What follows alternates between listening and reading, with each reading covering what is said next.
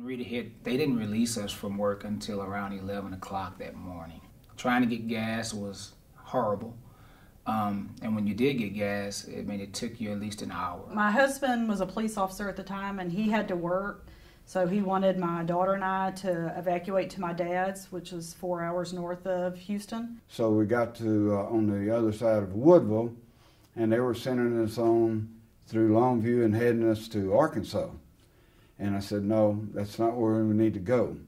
On their way, as we were being evacuated, just remembering my mom leading the rosary for us to have a safe trip and to be able to take care of our families and everyone else that stayed behind. And we got just about an hour north of Houston, which took about 3 or 4 hours, and we decided to turn around and come back home. We were afraid we were going to be stranded on the road because the storm was coming the next evening. We were heading to Austin at the time, and a 4.5-hour trip took us 26 hours of straight driving.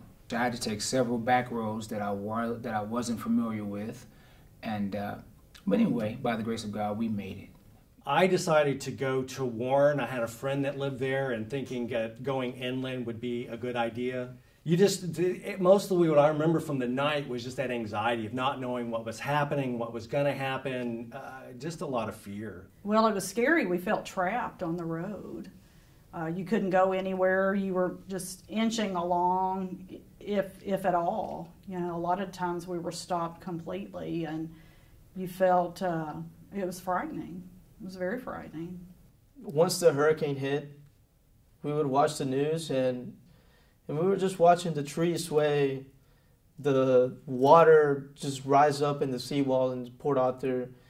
All I remember is my mom, she just started crying because she noticed that one of the places that they were recording was not too far from where we lived. So we made it through the night, and the next day I had video equipment and a news vehicle with me, and I knew I needed to make it back to the TV station. And the road, there was just tree after tree down on the road, and there was no way I could get out of there. And then I hear chainsaws. One of the things I was doing was doing some reconnaissance for oil spills.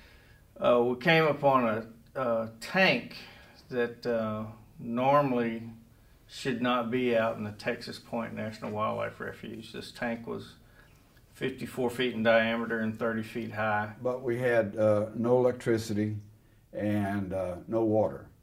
Overall, we were thankful, we were blessed because our situation was bad, but not as bad as some of the other people that had to go through a lot worse than what we did. Taking Highway 73, seeing the big ship right across the freeway, it really hurted my family, and it made us as a family grow a lot stronger.